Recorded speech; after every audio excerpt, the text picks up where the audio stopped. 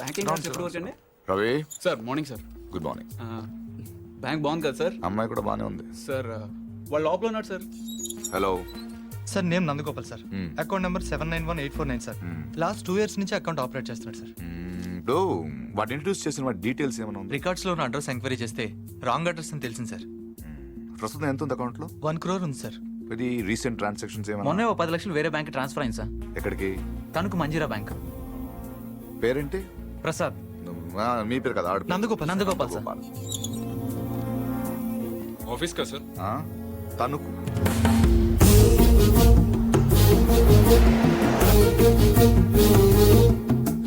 Anjaneya Prasad from audit department. ఎప్పుడు వచ్చారు sir?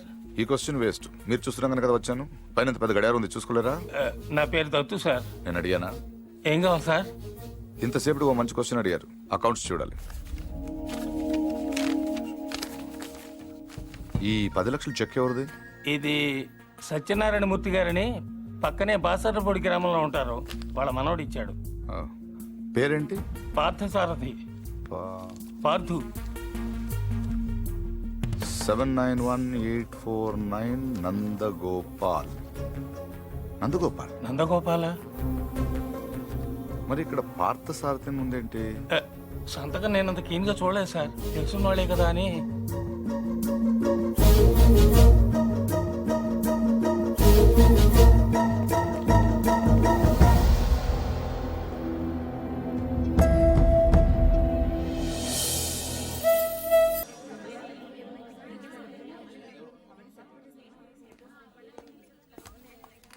Hello నందు.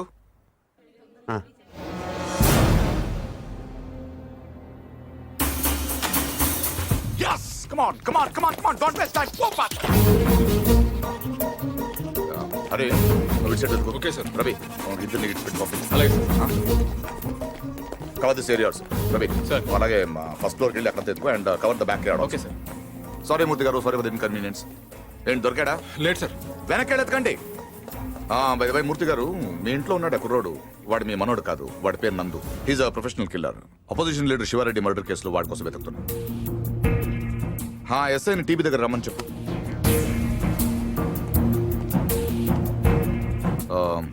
I'm sorry to say this. మీ మనోడు ట్రైన్లోనే పోయాడు. వాడి బాడీ గాంధీ హాస్పిటల్ మార్చరీలో ఉంది. ఏంటి? దొరకలేదు సార్. నాకు తెలుసు వాడు దొరకడు.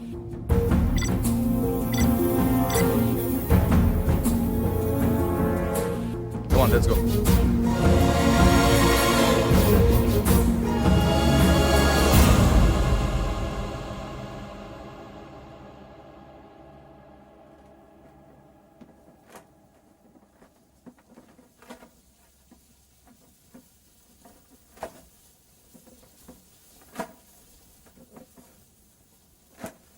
అసలు ఇంట్లో ఉంది మనవాడు కాడో ఎవడో బయటోడు వచ్చి చెప్తే తప్ప తెలుసుకోలేని స్థితిలో ఉన్నాం మనం. వాడు వచ్చాడని ముగ్గులేశారు, వాడు తింటాడని గారెలేశారు, వాడు వారసుడని మా మీద కేకలేశారు. ఇప్పుడు చూడండి, నలుగురిలో ఎదవలం అయిపోయాం. అందుకే ఎవడన్నా వచ్చే వెంటనే తలుపు తీయడం కాదు, ముందు ఆరాధియాలి. 12 ఏళ్ల తర్వాత అడ్రస్ వెతుక్కుంటూ ఇంటికి వచ్చిన వాడిని పార్థు కాకుండా ఇంకెవరనుకుంటావండి? Post man అనుకోవచ్చుగా. దేవుడి దగ్గర 3 పడ్డాక పోలీసులు వచ్చారు. అదే ముందు వచ్చుంటే ఏముంది, తీసేసిన ఆకులు, ఎత్తేసిన కుర్చీలు, పీకేసిన పందిరి, ఆటి పక్కన మన అమ్మాయి. లైఫ్ లాంగ్ పెళ్లి పెటాకులు లేకుండా పడి ఉండేది. ఎంత ఈజీగా ఉన్నాయి ఆ మాట. పీటల మీద పెళ్లి అయిపోతే ఇంకేమైనా ఉందా? 10 లక్షలు ఖర్చు పెట్టి చేశాం. ఆయన కర్మ కాకపోతే పూజారి గారింటికి రావుడు పోవడం ఏంటి, మన ఇంటికి రాక్షసుడు రావడం ఏమిటి చెప్పు. అసలు మన పార్థుని కూడా వాడే చంపేసి ఉంటాడన్నా. శివారెడ్డిని చంపినట్టుకి ఇదో పెద్ద లెక్క చెప్పు. బాగా చెప్పావు. ఇంకా నయం, పోలీసులు రావడం ఆలస్యమైనట్టయితే వీడిని అనుమానిస్తున్నాను, నన్ను చంపేసి ఉండేవాడు. Correct sir. ఆడు చాలా దుర్మార్గుడు అండి. ఎంత దుర్మార్గుడు కాకపోతే నాయన్ని ఎత్తి మీద తుపాకీ పెట్టి మీ పొలంలోంచి కంచి ఏం చేస్తాడు చెప్పండి. ఆడేం చేసినా మీ ఎవరికే తెలియదండి. మీ అమ్మాయి పెళ్లికి 10 లక్షలు ఖర్చు అయిందండి. మీరు పొలం అమ్మలేదు, మీ ఆడోళ్ళు బంగారం అమ్మలేదు, మన కృష్ణమూర్తి గారు గవర్నమెంట్ ఆఫీసర్ అయినా లోన్ తీసుకురాలేదు. మరి ఎలా జరిగిందండి? ఆడిచ్చాడండి. తాతగారికి 10 లక్షల రూపాయలు చెక్ ఇచ్చాడండి. ఈ విషయం మీ ఎవరికైనా తెలిసిందండి? తెలీదండి. పైగా మొత్తం మీరే ఖర్చు పెట్టి పెళ్లి చేసామనే ఫీలింగ్ లో ఉన్నారు చూసారండి. అందుకనండి ఆయన దుర్మార్గుడు అనేది. ఎప్పుడు చీకట్లో ఉండే పూజారి గారి ఇంటికి కరెంట్ వచ్చింది, వాళ్ళ అమ్మాయికి ఆపరేషన్ అయ్యి ఇంటికి వచ్చింది. అసలు వాళ్ళ ఇంటికే ఓ కళ వచ్చింది. వీటన్నిటికీ డబ్బులు ఎవడిచ్చాడండి? మళ్ళీ ఈడే 3 లక్షలు ఇచ్చాడు. నేనే సాక్ష్యం. ఎవరికైనా తెలిసిందండి? పాపం పూజారి గారికి ఏమో చీకట్లో కనపడక ఈయన చూసి రావడం అనుకుంటున్నారు. మీకు తెలిసినట్టు రాక్షసుడు అని తెలియదు కదండి. ఇంకా మీరేం భయపడక్కలేదు సార్. తప్పు బయటపడిపోయింది కదా, ఈ పాటికి పారిపోయి ఉంటాడు.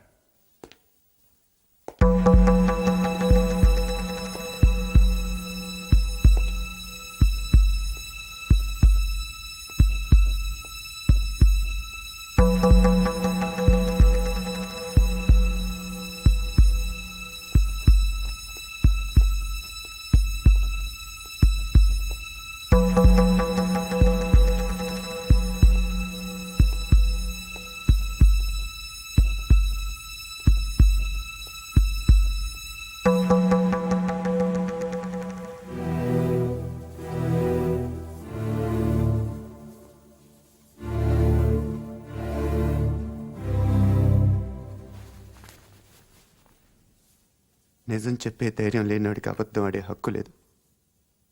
నాకు ధైర్యం ఉంది. అందుకే పార్థు లేడని నిజం చెప్పడానికి ఇక్కడికి వచ్చాను. కానీ ఆవిడ చూశాక పార్థు రాలేడని చెప్పాలనుకున్నాను. మిమ్మల్ని చూశాక ఆ మాట కూడా చెప్పలేకపోయాను. అబద్ధం ఆడాను. అబద్ధం మాత్రమే ఆడాను. మోసం చేయలేదు. రెంట్కి పెద్ద తేడా ఏంటో. నిజం చెప్పకపోవటం అబద్ధం. అబద్ధాన్ని నిజం చేయాలనుకోవటం మోసం. నేను పార్థు అని అబద్ధం చెప్పాను. నేనే పార్థు అవ్వాలని మోసం చేయలేదు. అందుకే ఎవరు అనుమానించినా భరించాను. ఎవరు అవమానించినా సహించాను. ఎవరు ప్రేమించినా తలంచాను. పోలీసులకు దొరకకుండా తప్పించుకున్నా వెనక్కి తిరిగి రావడానికి కారణం ఒకటే ఈ ఇంట్లో నేను సమాధానం చెప్పాల్సిన మనుషులు 2 ఉన్నారు. ఒకళ్ళు మీరు, ఇంకొకళ్ళు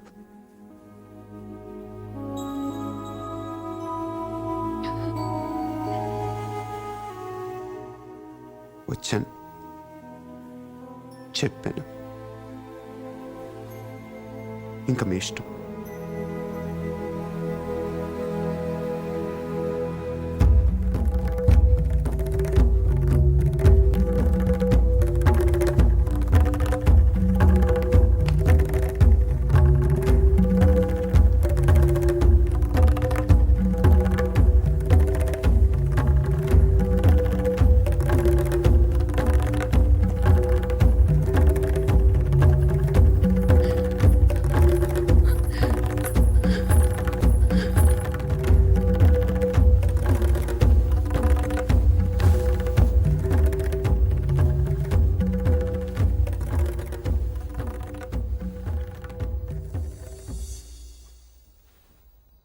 కింద వాళ్ళందరూ నిన్ను రకరకాల ప్రశ్నలు అడిగారు. ఎందుకు నువ్వు పార్థు అని అబద్ధం చెప్పావు, ఎందుకు అలా చేశావు, ఎందుకు ఇలా చేశావని. నేను ఒకే ఒక్క ప్రశ్న అడుగుతున్నాను, సమాధానం చెప్తావా? ఎవడో రైల్లో పోలీస్ కాల్పుల్లో చనిపోతే నీ దారిన నువ్వు పారిపోకుండా వాడి ఇల్లు వెతుక్కుంటూ ఇంత దూరం ఎందుకు వచ్చావు? వాళ్ళ పొలం సమస్యల్లో ఉంటే నువ్వెందుకు తీర్చావు? వాళ్ళ పిల్ల పెళ్ళంటే నువ్వెందుకు డబ్బులు ఇచ్చావు? వాళ్ళు తిడితే ఎందుకు పడ్డావు? ఏవి చెయ్యలేని నాలాంటి ముసలాడి ముందు తలంచుకుని మోకాళ్ళ మీద ఎందుకు కూర్చున్నావు? అందుకే నువ్వే పార్థువి, నువ్వే నా పార్థువి. నేను నిన్నేవి అడగను. అడిగితే నా ఇళ్ళంటి మనిషిని ఎలా ఒప్పించావని పొలంలోంచి కంచి తీయించేసిన రోజే నిన్ను అడిగి ఉండాల్సింది. 25 ఏళ్ల వయస్సులో 10 లక్షలు చెక్కిచ్చావంటే ఏం చేస్తున్నావు నువ్వు అని ఆ రోజు నేను అడుగుండాల్సింది. అప్పుడు అడగలేదు, ఇప్పుడు అడిగే అర్హత లేదు.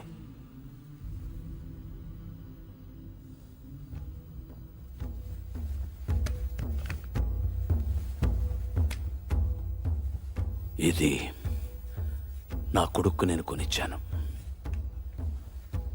అప్పుడు వాడి ప్రాణాలు తీసింది, ఇప్పుడు నీ ప్రాణాలు కాపాడుతుంది. నువ్వు నేరం చేసావని వాడెవడో అన్నాడు, ఇప్పుడు యుద్ధం చేయమని నేను చెప్తున్నాను.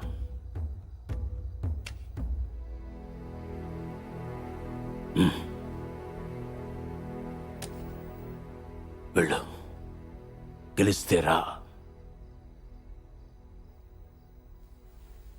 గెలవకపోతే నువ్వేమైపోయావనే నిజం నాకు తెలియనివ్వకు. ఈ వయసులో నాకు కావాల్సింది అబద్ధాలు నిజాలు కావు, జ్ఞాపకాలు. నీ వల్ల అవి నాకు బోల్డెన్నున్నాయి, చాలు.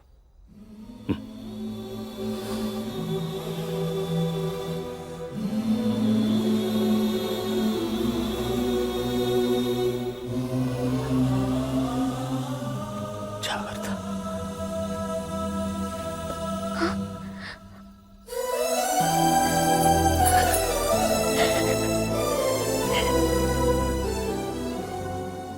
నేను వస్తాను.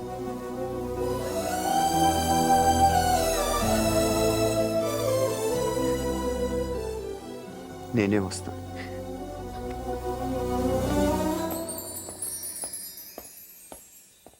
పొజిషన్ ఏంటే బ్రహ్మాండంగా ఉందండి.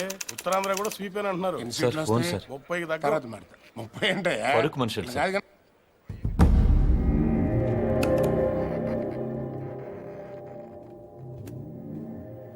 ఎవరు? నీకు తెలుసు. ఎందుకు ఫోన్ చేశావు? శివారెడ్డిని ఎవరు చంపారు? నాకు తెలీదు. నీకు తెలుసు. నిజంగా నాకు తెలీదు. సార్ మీకు పార్సల్. ఎవరమ్మన్నారు నిన్ను? నేనే పంపాను. ఏంటి? నువ్వు శివారెడ్డిని చంపమని ఆ రోజు నాతో ఫోన్లో మాట్లాడింది రికార్డ్ చేశాను. అదే ఆ క్యాసెట్. నువ్వు నిజం చెప్పకపోతే ఒరిజినల్ క్యాసెట్ సిబిఐకి ఇస్తాను. ఎంత కావాలి? ఏం కావాలని అడుగు బాజిరెడ్డి. ఆ రోజు నాతో మాట్లాడాక ఇంకెవరితోనో మాట్లాడు. వాళ్ళెవరు, ఏం మాట్లాడు? సైలెంట్గా ఉండటానికి ఇది లైబ్రరీ కాదు బాజిరెడ్డి. మాట్లాడు. ఆఖరి సార్ అడుగుతున్నాను బాజిరెడ్డి. అప్పటికి చెప్పకపోతే నువ్వు నన్ను చూడాల్సి వస్తుంది. నీకు తెలుసు, నన్ను చూశాక ఇంకేం చూడటానికి నువ్వు ఉండవు. చూస్తావా, చెప్తావా? చెప్తాను. ఆ రోజు నువ్వు ఫోన్ చేసిన తర్వాత నాకు ఇంకో ఫోన్ వచ్చింది. ఆ ఫోన్ చేసింది నీ ఫ్రెండ్ మళ్ళీ. మా వాడిని ఎంత అడిగాడు? 1.5 75 ఇవ్వండి, నేను చేసి పెడతాను. 1 మినిట్ ఉండు. మరీ 75 కాదు కానీ 2 కోట్లు ఇస్తా, తీసుకో. కానీ మిస్ అవ్వకూడదు, వేసేయాలి. ఆఫర్ నచ్చితే ఆదివారం గెస్ట్ హౌస్ వచ్చగలరు. సరే.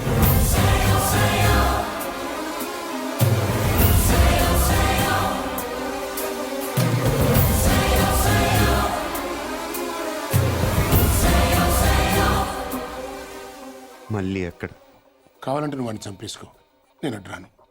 రేపు నేను సీఎం అయిన తర్వాత నీ మీదకి ఏ కేసు రాకుండా నేను చూసుకుంటాను. ప్లీజ్ దీని ఒరిజినల్ కేసెట్ నాకు ఇచ్చేసేయి. సారీ బాజిరెడ్డి, నేను అబద్ధం చెప్పాను. నువ్వు ఆ రోజు మాట్లాడింది రికార్డ్ చేయలేదు. మరిది ఎంటీ. కానీ ఇప్పుడు మాట్లాడింది రికార్డ్ చేశాను.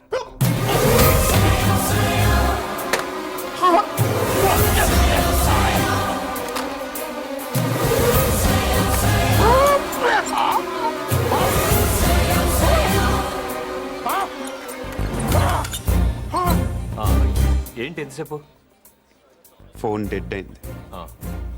చాలా బిజీగా ఉన్నారు. ఈవినింగ్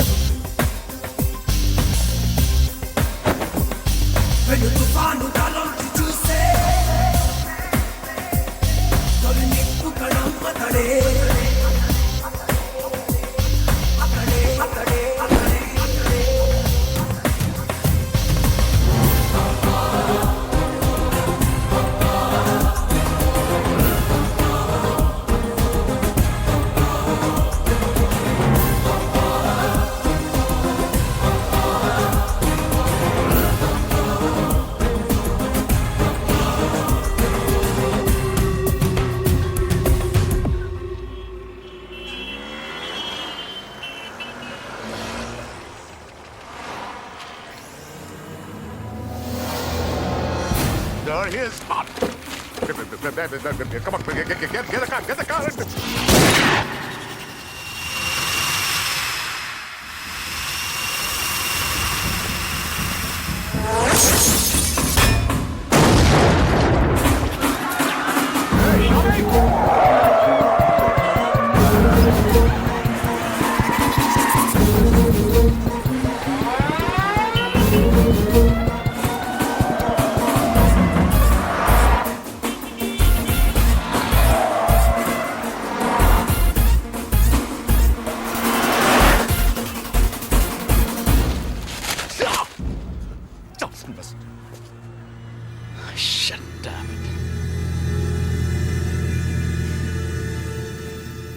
అసలు ఎందుకు కలిసావు?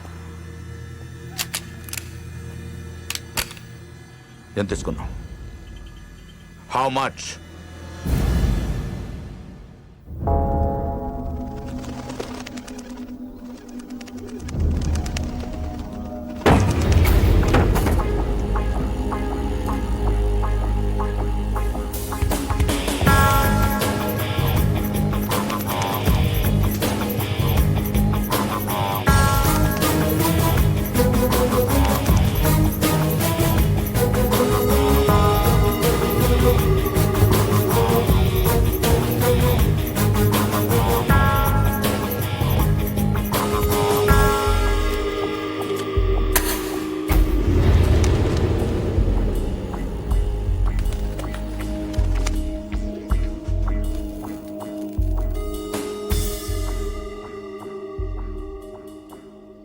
ఎందుకు చేసావు మళ్ళీ?